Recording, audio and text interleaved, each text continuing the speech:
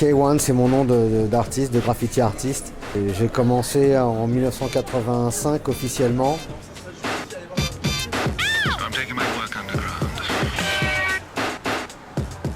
J'ai commencé avec la première vague de graffiti artistes parisiens qui traînait au terrain vague de La Chapelle, ce que certains appellent Stalingrad, qui était un terrain vague dans lequel il y avait la crème du graffiti parisien et tous mes aînés, puisque j'étais un des plus jeunes en fait de cette période. À l'époque, je vivais chez ma mère dans le 18e à La Fourche, qui elle-même était peintre sculpteur.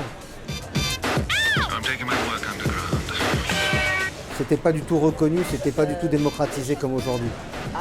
En faire, c'était vraiment être à contre-courant, être très avant-garde. C'était pas du tout accepté, reconnu ou respecté.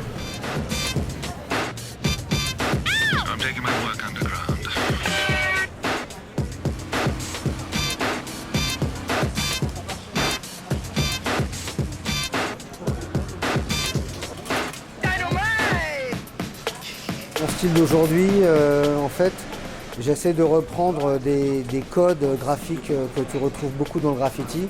Les flèches, ces sortes de lignes un peu comme des vagues, un peu qui rappellent les règles professionnelles de dessin qu'on appelle des perroquets, ou des choses plus déstructurées qui viennent quand même du graffiti à la base. Mais en étant plus, j'appellerais ça ce qu'on définit comme post-graffiti, abstrait, en attendant qu'on me catalogue enfin comme un artiste postmoderne.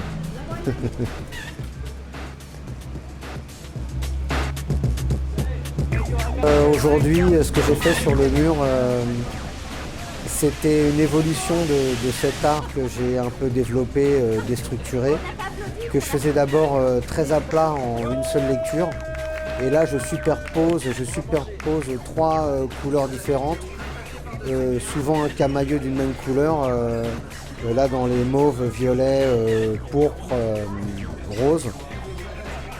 Et en fait, trois couleurs, trois lectures.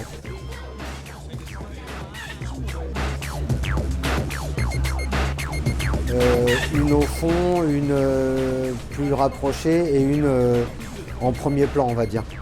Donc la ville, la vie dans notre urbanisme. Donc voilà, les immeubles, la vie, l'urbanisme moderne, son environnement, l'environnement du graffiti artiste, un train, un graffiti sur un train et les rencontres. Donc deux b-boys qui s'opposent. On appelle un b-boy quelqu'un qui danse la danse, le b-boying qu'on appelle après plus tard avec les termes plus médiatisés, le breakdance.